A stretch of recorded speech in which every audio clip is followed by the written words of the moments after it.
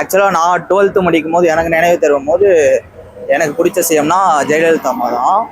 ஏன்னு சொன்னால் அவங்க வந்து தமிழ்நாடுக்கு வந்து இப்போ இருக்க ஆட்சியும் சரி, இதுக்கு முன்னாடி வந்து ஜெயலலிதா அம்மா இருக்கும்போது அந்த உமன் எம்பவர் மட்டும் சொல்லும் போது அவங்க அதை வந்து அதிகமாக பண்ணாங்க. ஒரு அம்மா மருந்தகம், அம்மா உணவகம், அது எல்லாமே எடுத்துகிட்டு வந்து அம்மா தான். அது வந்து எப்படி சொல்றேன்னா, நம்ம தமிழ்நாடு லெவலில் மட்டும் இல்லாமல் இந்தியா லெவலில் ஃபாரினர்ஸ் கூட அது வந்து பார்த்து வந்து ஓரளவுக்கு சர்ப்ரைஸ் ஆனாங்க. அது மாதிரி அம்மா டைமில் எடுத்துகிட்டு வந்த விஷயம் வந்து நிறையாவே இருக்குது.